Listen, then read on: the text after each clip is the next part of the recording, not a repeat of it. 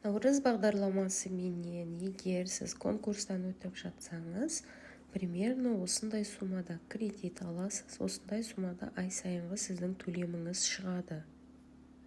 Білесіздер, Наурыз бағдарламасы мен отау бағдарламасындағы бірінші айырмашылық, егер сіз әлеуметтік статусыңызбен көп балалы ана, жалғыз басты ана, инвалид баласы бар отбасы деген сияқты әлеуметтік статусыңыз бенен үйге кезекте тұрсаңыз, сіз ол кезде ипотеканы 7%-пен ала аласыз.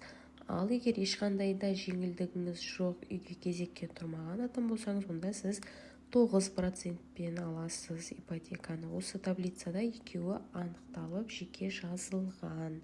Сосын тағы бір айтатын жайт, қаншалықты сіз ипотеканы ұзақ уақытқа аласыз, соншалықты сіздің переплатаңыз көп болады.